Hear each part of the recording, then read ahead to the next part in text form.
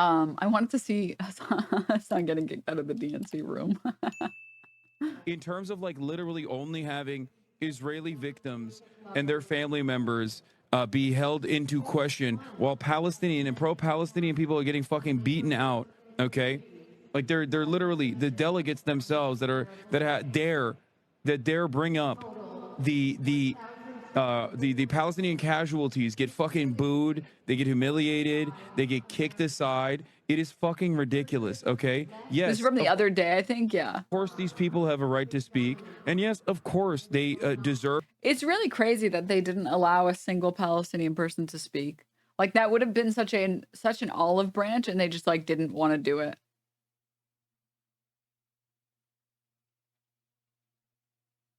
The way that they talk about it as if, like, we were suggesting we should have a Hamas operative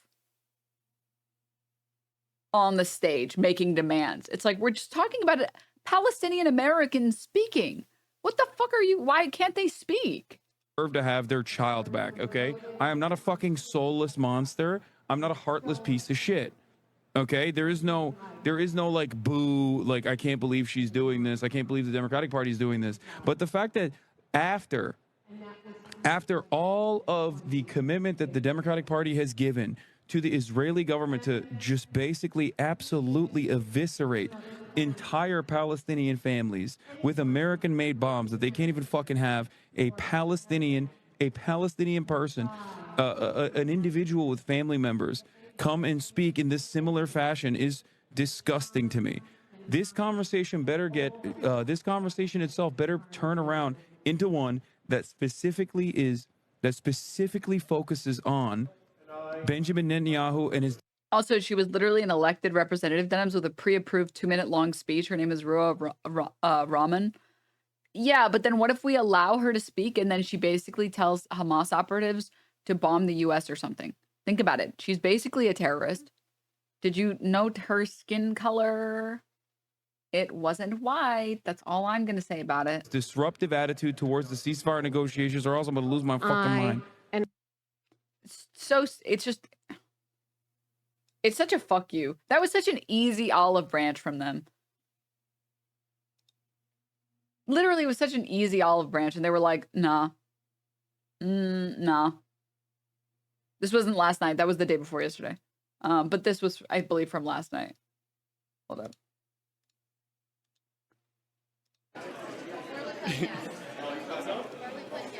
We don't know. You're the person. I think we can go to meme. I wanted the political directors here. I just wanted to figure out what happened. Oh, yeah. Oh, you guys can't see? Oh, I'm sorry. I thought it was on the screen. Yeah, we're good. Yeah. All right, let's make sure. Thank Okay. you. Appreciate it. Yeah. Wait, what was that? What just happened? What? Okay, I think we can put you in meme buff out. I know there's no hardwire internet there. No, yeah, that's what Elle told us. It's fine. It's okay. We'll just. I got you, Denim. We'll probably just go back to the hotel. Thank you. Then. Thank you for the clip. I appreciate it.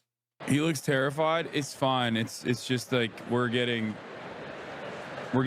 booted. We're getting booted from this. We're like literally like we're fine for now. And this we're not fine for now. We're like literally like we're permanently done here, bro. That's so whack.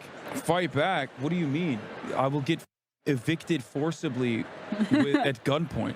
There's no fighting back. If they say, when someone says you gotta I love chatters. They're like, why don't you fight it? leave this area and like move to a different area. Do you know how many Secret Service and like federal agents are here? Like, there's no world where I just wow. So much for a commie. Fucking champagne socialist at it again. Doing this. Are they giving you another place to go? I don't know. And what are we gonna do about our stuff? Why even let you in just to kick you around? Guys, come on. We're at the Democratic National Convention. There's a lot of things that are moving around, okay? There's a lot of moving parts at any given moment. They're not kicking me out of the convention. They're saying that they have to use this space. They wouldn't do this to CNN? Yeah, no shit, they wouldn't do this to CNN, dog. I'm not CNN. What do you mean? The fact that I have CNN level access is already insane. Be for real, okay? I don't even know how I got this level of accommodation to begin with. Tell them your uncle Jank. Your uncle is Jank. Yeah, I'll tell them that. They gave him a worse space than me, so I don't know how that would work. Just kind of whack as you told him you'd want to do it all day. Yeah, I know. I literally. I'm gonna be honest. Secret Service. I'm gonna be honest. I applied way too late for the creators thing. They had like a special press tag for creators, and I just didn't know that they had one. I missed out on it. Whatever, it doesn't matter. But I honestly don't feel bad because the sound quality was so dog shit. There was no soundproofing. And I didn't know until I saw the video from what the inside of it looked like. But I would not have wanted to stream in this. Let me show you guys. Oh my god, I have so much thirst posting in my likes. What the hell? Here it is.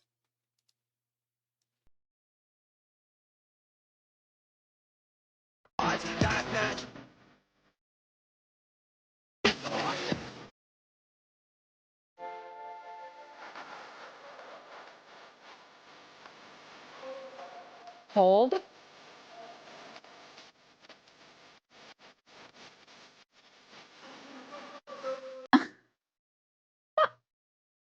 They just had them all in one fucking room with like some dividers. What the fuck?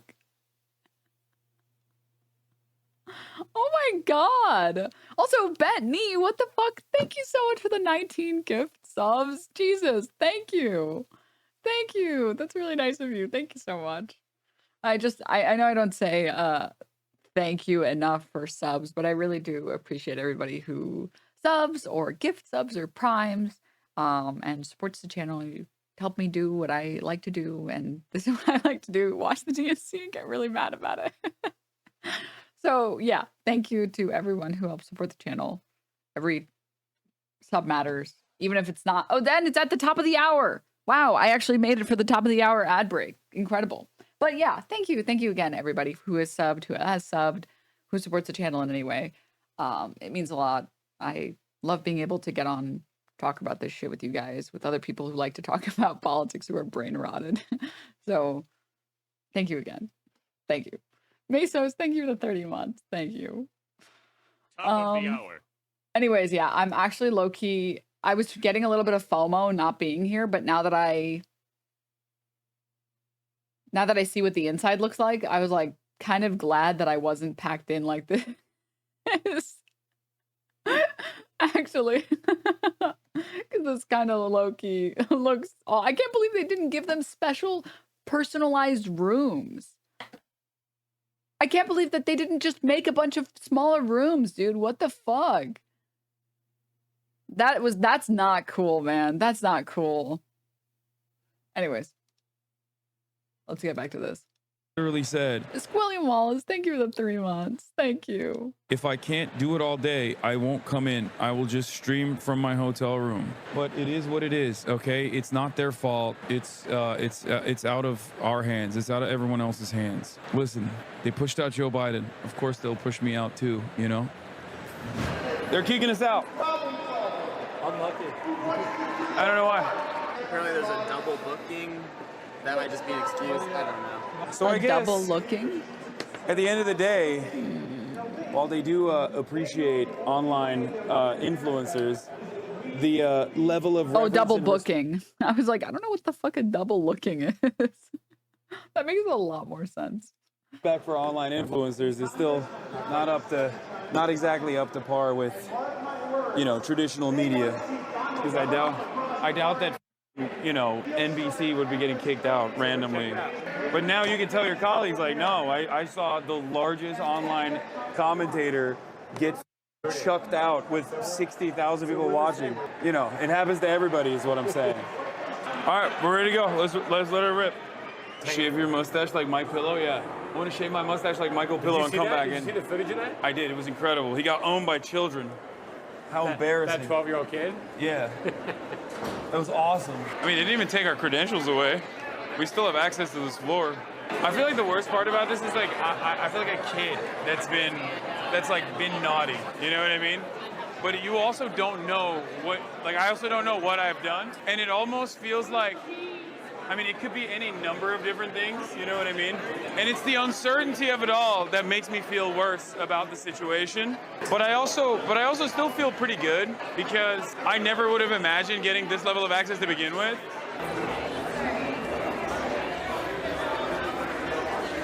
Fucking jinxed it, dude. Why would you point that out? Dumb. Silly. Goodbye, credentials. No worries.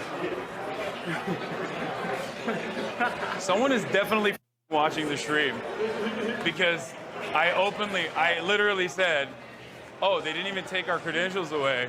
And then it showed up. Someone is watching the stream. Which one of you feds? Which one of you is a fed? We're gonna give you the whole thing and then cut it down. Is it? You think it's because you said something today they didn't like? I did compare DNC to Israel. That might have been the final blow because we got the call like shortly after I tweeted that because so the Uncommitted campaign wanted to have a Palestinian American speak. Yeah, which I think is like a pretty reasonable demand. Like these aren't like random activists. These are like Democratic Party operatives, right? Like they just happen to be Palestinian American, right? Right. And Mehdi Hassan said, and Rashida Tlaib as well, confirmed it, that the DNC was like sending out information to the press that like, oh, actually we wanted the Georgian, the Palestinian American from Georgia, Rua, I think her name is? Yeah. That she was one of the speakers that they gave to the DNC with like a vetted speech. And then the DNC was apparently, or someone was leaking to the media that like it was the Uncommitted movement that didn't want her to speak specifically, which doesn't make any sense because they literally kept presenting her very openly as the person. What? She's out there with Abbas. Yeah. Right? So Mehdi Hassan tweeted about it and was like, this is bullshit. We know that the Uncommitted movement is the one. This is a tweet that says, reporters are being briefed, it seems, that the DNC accepted Dem State Representative Rua for Georgia as a Palestinian speaker for tonight on the stage, but Uncommitted MVMT turned her down. That's simply not true. It's a lie. Being told, I assume, by DNC spinners now on the defensive. Uncommitted are the ones who pitched her. And there's still time for the DNC to put Rua for Georgia on stage tonight for 2 minutes, if they have the time and space for a former Republican congressman and for an Israeli family member, the hostage. They have time and space for an elected Palestinian Democratic lawmaker. Anything else is straight up racism and erasure. Yep. Who actually put forward Rua. And I quote tweeted it. I was like, this is like Israel Hasbara. Like, I don't understand what the Why does the DNC have one speed? This is identical to how Israel does Hasbaros. DNC is doing, like trying to claim that it's not. Oh shit. AOC stuck behind a motorcade. Yeah. It's just, that sucks. So what are you gonna do? I don't know. I mean, I can get AOC anytime. It doesn't really matter. Like, it would have been cool to do it here, but maybe we just don't do it. Maybe I just cancel it. I don't know. Eden Omar's team hasn't got back to my Those who know. my manager. And we don't have a space. So I'm telling everybody, I'm canceling all the interviews. You know what I mean, though? Chat and March. Like that we use the most out of the opportunity. This is a gimme. Like, this was not supposed to happen at all. Oh This yeah, is for sure. Not even in my wildest imagination would I have thought that we would have access to get into the DNC and like have never in my wildest imagination would I have ever thought that like we would get like, 4 days of just like being inside of the DNC, getting full-blown access and taking advantage of it all the way. Obviously, like, I'm not a TikToker. I'm not like a YouTuber, which requires a much different kind of lift, right? And it's pretty crazy. I'm surprised it took this long. I don't know. I do think that like the DNC in general, recognizing that content creators have a platform and that they can reach particular audiences that mainstream media can't and will never reach, and taking advantage of that is smart. And trying to work with progressives instead of just silencing the voices all the time is smart. But man, they definitely could do a lot better. they definitely could do a lot better. I think The fact that they didn't have specialized soundproof rooms for the different creators is very bizarre to me. Because from my understanding, this is just my very bare minimum understanding. I could be mistaken about a few details. To be fair, this is their first time doing it. But from my understanding, they had 200 press badges given out to content creators. What they really should have done, IMO, is like get a room that overlooks like the stadium. This is the glass that was in the shot, right? So this way faces the stadium. The cameras obviously would probably also be facing that way so that you could see the stadium. Brat. And then you would have like maybe a larger room that creators could like step in and like talk to each other. And then you would have a bunch of smaller like booths. Like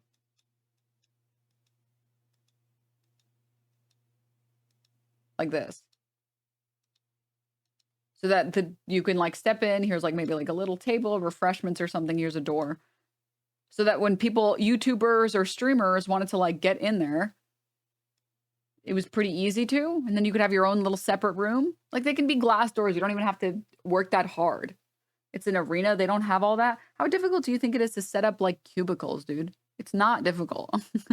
It's very not difficult to say. It's also not that expensive. Also, the DNC they have enough money to fucking book the stadium, and they have millions, not millions. Well, they have millions of donators, but not donators. Whatever the term is. They have like how many tens of thousands of people showing up and buying tickets? They have more than enough money. They had enough money to bring in fucking Oprah. They have enough money to give separate rooms for like 200 people, or just have it so that the content creators can book the rooms. Like, just think about it realistically. Like, they have the effort. But I don't think it's that they didn't want to. I think it's that they were just unprepared. This is their first time doing it. They had to prep like 2 months ahead of because I think they announced it in June. So they announced it at the end of June. So let's say they started planning it at the beginning of June, July, August, like less than 3 months to plan it. That's totally fair. It's totally, totally fair. Maybe also invite less than 200. No, I mean, the stadium is pretty huge. It's just about like, wouldn't it be better to have creators have their own space that you can like at least book the space or whatever? I mean, people here have been to college. You know how there are like study rooms that you can book for a specific time? Just have like a system set up like that. So people, YouTubers who want to go in and just shoot a quick video can go in, shoot their video for like an hour, 2 hours, edit it and put it out. Instead of just having this like cramped, large room with a bunch of people and they're all talking over each other. Like, that's not a good idea. What?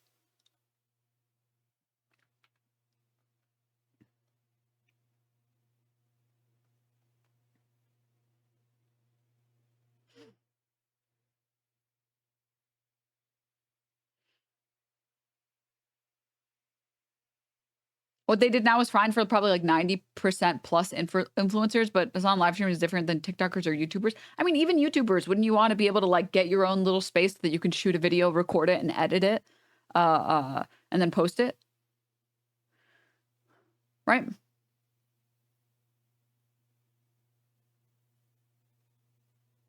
That's all. That would have been cooler, I think. That would have been cooler. I'm just talking about, guys, to be very clear, I'm talking about events planning. I'm not talking about the DNC. I'm not talking about Democrats. I'm not talking about the way Democrats or the DNC treats creators. I'm not talking about how creators should be treated. I'm talking about basic event planning and what's good event planning and what's bad event planning.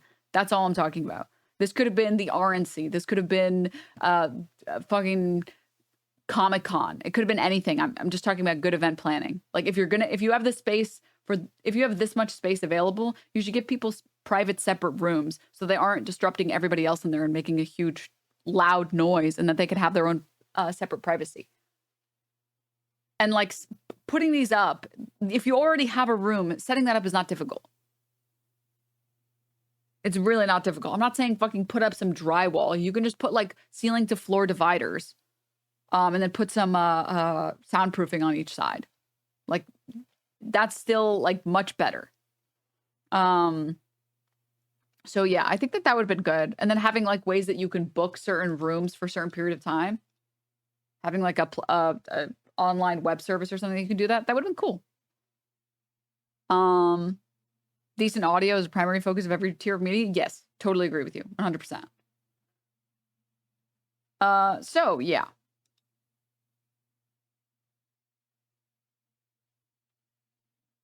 Literally came over to be like, no, we're not kicking you out. Yeah. I think it was like, they did it in front of the New York Times. That was crazy. Yeah. Like that, do they think that was not gonna like be a part of a story potentially? Like, even congresspersons are having a hard time getting on the floor right now. No, I know.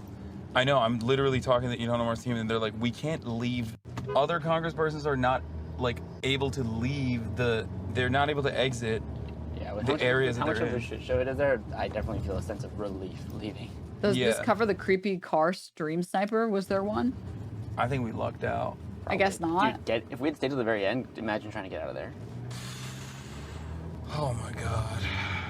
Someone drove up to them? What the hell? I don't think this video has it. I was like, this sucks. Because I had mapped the whole thing. But now that we were able to like do a swift exit, it's 8 p.m. By the time by the time we get there, we're gonna be able to like easily put that shit together. The assassination plot B story is wild, dude. Why the fuck would you say that? That's crazy. A car literally pulled up to them and was waving at Hassan and Marsh from the car. Oh, a dude pulled up and right next to them. The video cut it out, but the guy pulled up and shouted at them. Ooh, it's on LSF.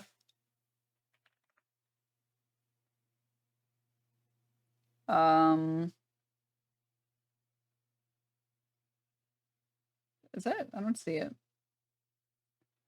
You lie. Lie to me.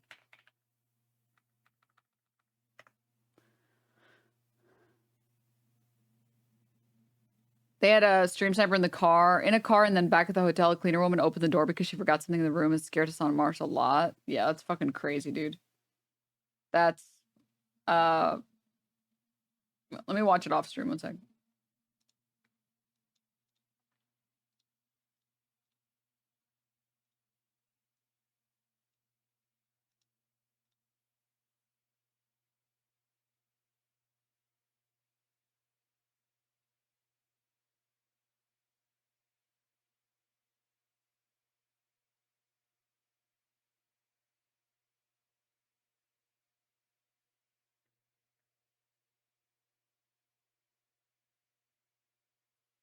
Yeah, honestly, the clip is not that scary.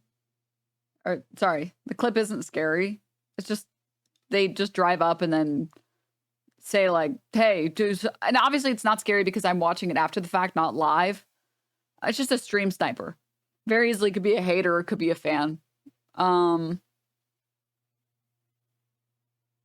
Yeah, that would be, to be quite honest, this is why I don't understand how streamers just stream IRL shit. Like,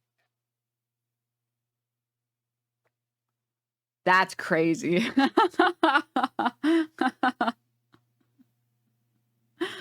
Nah, dude, no. No, man.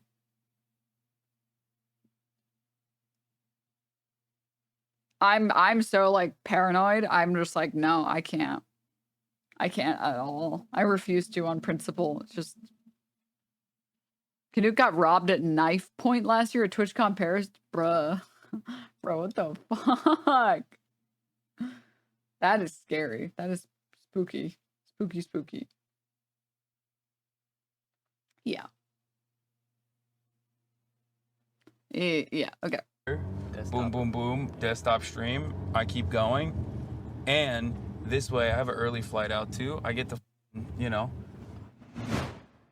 I didn't get kicked out of the convention. I just got kicked out of the studio space that they had given me. And they did it in like a very weird way too. They did it literally during an interview that I was conducting with the New York Times about creators for Kamala, which makes it like extra crazy because it literally like that is a story in and of itself. I don't know if the guy will actually write about it or not, but like ultimately it was like a very weird thing to do overall, because like they had told me originally that, you know, they told me that I was fine. Like they told me that I was fine, like that I had this space, that they had allotted for me, that it was going to start late, but then it turns out it was not fine. Unceremoniously, out of nowhere, some super donor probably had you kicked out, so they had a box with their kid to watch Taylor Swift.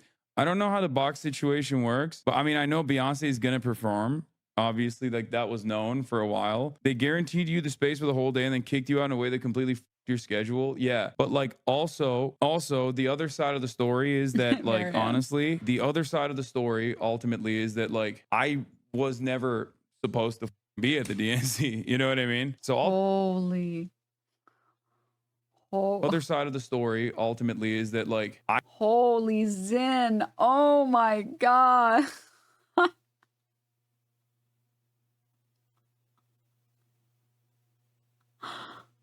Oh my. Zen Tower.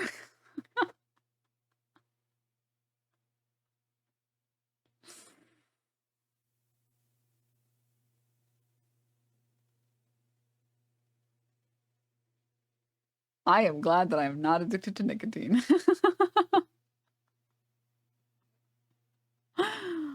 I am so happy that I am not as infidel. Actual Zen cell. What is Zen? It's like nicotine. They're like these nicotine like little packs, I think, that you can put in your mouth. It's similar to nicotine gum, but you don't actually chew it. It just kind of sits there. I'm so happy that I'm not. Quitting nicotine sounds like it's fucking hard, dude. Everyone I don't know if I've known a single person who has successfully quit nicotine, actually. Of the people I know who have gotten addicted to nicotine, I don't know if I know a single one that's actually successfully quit nicotine. Quitting sounds expensive? What the fuck do you mean?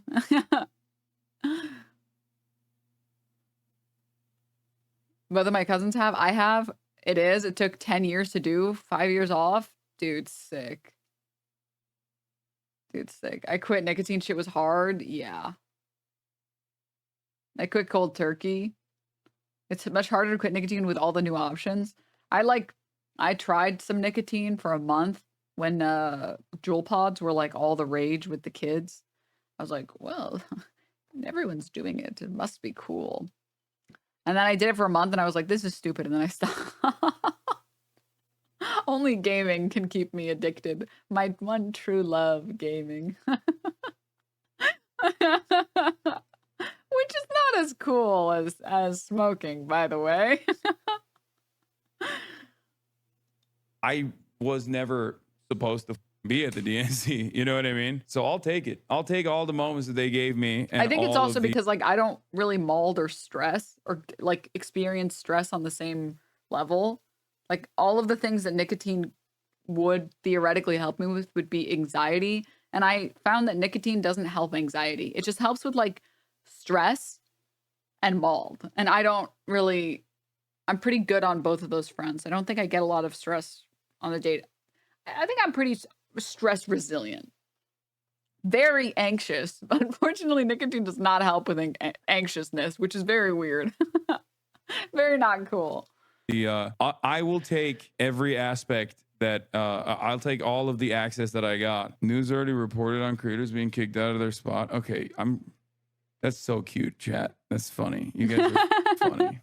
Son kicked out for no gaming.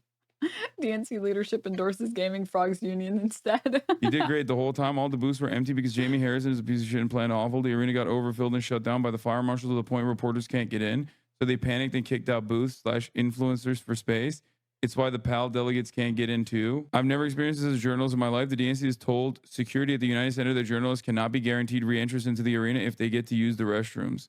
Yeah, so that does make sense. That does make sense. That's literally the reason why I left, because Ilhan Omar could not exit the arena. So that made it so that I was like, oh, there's no way I'm going to be able to talk to them. Do you understand? Like that it is like, I'm sure that is part of the reason why I got cooked. It's still whack as, but that's why I left. The reason why I left is because I knew that it was chaotic, and I was confirmed now that he said he got kicked out because of the pro-Palestine stuff.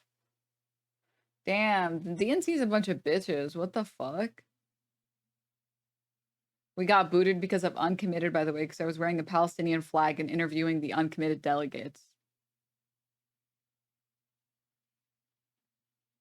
Damn, what a bunch of bitches. What the hell?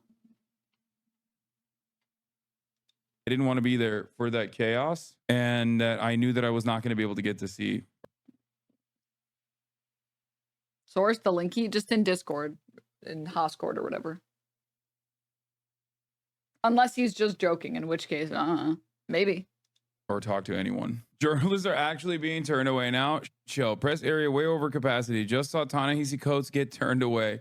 Yo, it's like, it's real casual like that. Everyone who's like pro-Palestine just accidentally happens to be getting clapped at the DNC. I'm not even kidding. I know it's like, it's not deliberate. It's not by design. I know that they're not doing it on purpose. But it is funny that like anyone who has criticized the DNC on the Palestine front is just like, hey, by the way, sorry, you just can't be in. This is the source or whatever. Unless he was joking. I don't think so. It seems kind of weird to be joking about. But yeah. I mean, they refused to let a Palestinian woman speak for 2 minutes.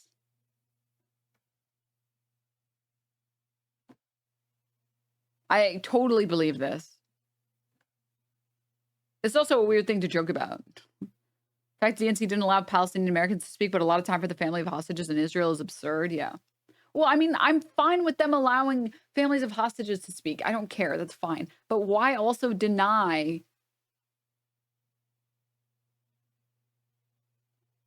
the Palestinian? Why can't you just have also the Palestinian? I just don't understand. Because I think that hostages and hostages' families speaking is even better, or like it helps the cause, because it's a reminder every day that we do not do the hostage deal, every day that we do not try and get a permanent ceasefire is another day where these people are away from their families, is another day where these hostages are not capable of going back home to their families. Why can't a Palestinian also speak? Both, I think both can be on stage. They don't have to be on the stage at the same time, but they should both be on stage. It's just stupid. Hostage family literally even wanted Rua to speak. Yeah, it's just dumb. It's just very dumb. In this location. How is that? I don't even think it's on purpose. I don't think it's on purpose. I think it actually is like overbooked. This Kellyanne Conway got let through a staff door. Well, I guess we don't have that kind of riz, dude. We are not as valuable to the Democratic Party as Kellyanne Conway. Jesus Christ. Dude, I'm Lisan Al-Gaib, baby. Call me Lisan Al-Gaib the way I have the foresight, the way I have the vision. It's an interesting Bro, kind of... tell me how this wasn't the best move of all time, okay? We were going to be sitting around, thumb up our, waiting for an interview that was never going to be able to happen. We were literally... That's fucked up. Tough. Going to be in there. Instead, I'm in my sweet hotel room. I get to go to sleep early. I get to react. And I will say this, I wasn't like moderating my position when I was in there. I wasn't like saying anything that I normally wouldn't say, but I will say this. Okay. Bro is coping. Is bro coping? No, I cannot pay attention. In that room, it was like virtually impossible. I'm going to be honest. That was another thing where I was like, I was experiencing a little bit of FOMO not having gone to the DNC. And I was like, dude, should I have gone? Fuck, I kind of wish I had gone. And then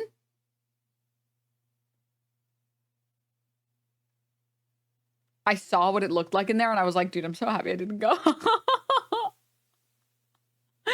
actually so glad I didn't go. I can't handle loud noises. I can't handle too many people talking at once. I am like, I get so stressed when things are too loud and there's too many different noises happening at the same time. I'm down for a lot of different uncomfortable stimuli. You know, it's really hot, fine. It's really cold, fine. There's a lot of people, whatever. I'm down. I'm down for that. But audio, like too many people talking, music, noise, crowds, people moving things. Oh my God. I would not be able to stream. I would not be able to focus for 2 seconds to do anything. That would just be like, oh my God. No. It was virtually impossible to pay attention. I think my commentary wasn't as good. You were yourself the whole way and got free interviews out of it. Yeah, I never compromised on my values. I never compromised on my views. But honestly, that was not easy. Like it was. I mean, obviously, I was down to even fuck around to a degree where like I straight up played the Kamala Harris wants to vaccinate your children in the song in front of the DNC handlers that I had. They were like standing in the corner. I mean, they weren't handlers, but they were very nice, to be fair. But I do think it's true, but it does kind of display how out of touch the DNC are with your world and influence. Would they have done that with any mainstream media, possibly with far less reach? No, they would not. But remember, the mainstream media pays for those slots. Like they have to pay for it. So it's a little, I mean, it like that's what the New York Times guy was saying. I would never pay for that. They were kicking everyone out of those booths. You weren't at a permanent press spot. Yeah, I'm sure they just like. Would you say the DNC is E3, but for political frogs? More like E3 for libs, which someone already said. It cleared everybody out. It just sucks. Especially because there was literally another space that I could go to, but they were just like, no, you can't go there. Look, it worked out. Why did they take your credentials? They didn't. I have them still here. They didn't take my DNC credentials. They took my credentials to the floor, to that floor specifically. Right after I said, oh, well, they kept us. They didn't take our credentials away. That was a good video. Yeah. Imagine getting booted from the DNC because you think Palestinians are human beings. Hell, am I right?